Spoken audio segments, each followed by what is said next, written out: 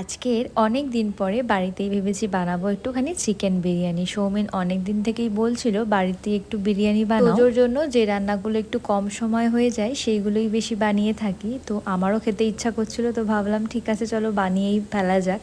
অনেক দিন তো বানাই না, আর বাইরে থেকেও খুব একটা কিনে খাওয়া হয় না। আমি চালটাকে বসিয়ে দিয়েছি সব রকমের গোটা গরম মশলা, ঘি আর নুন অ্যাড করে।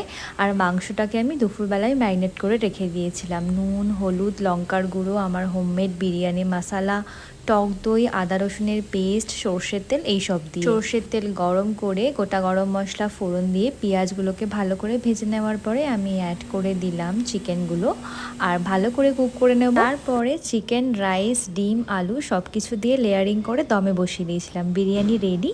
এখন মিক্সিং করছে, তো এটা ওই ভালো পারে। দেখো বিরিয়ানি একদম রেডি। ভালো হয়েছে।